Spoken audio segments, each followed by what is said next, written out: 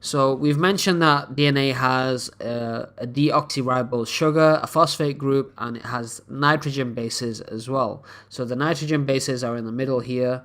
One nitrogen base is attached to one sugar molecule, and it's the same on the other side. So the nitrogen bases, there's 4 types. There's adenine, thymine, guanine, and cytosine. Adenine and guanine are purines. So there's 2 carbon rings. So you can see here there's 1 carbon ring here and another here. And guanine also has 1 carbon ring here and 1 ring here. Thymine and cytosine are pyrimidines, so they just have 1 carbon ring, which you can see here. Cytosine has 1 and thymine has 1 as well. So adenine can only bind to thymine and guanine can only bind to cytosine. And the way this bonding works is it's something known as complementary base pairing.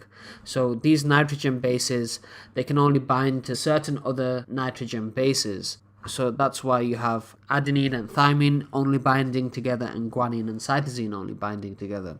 So a combination of sugar, phosphate, and nitrogen base forms a nucleotide. Nucleotides basically make up nucleic acids, so they are monomers, and once you have a repeating pattern of them, you eventually get nucleic acids.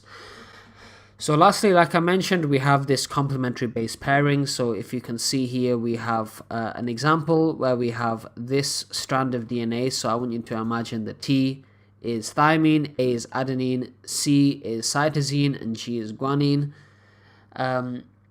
Based on what I've said about complementary base pairings, each one will bind to a specific other base pair. So thymine to adenine, adenine to thymine, cytosine to guanine, and guanine to cytosine. So I've left this example here. If you can work out, write a comment in the comment section below what you think the other strand of DNA will be. This is just 1/2 of the DNA.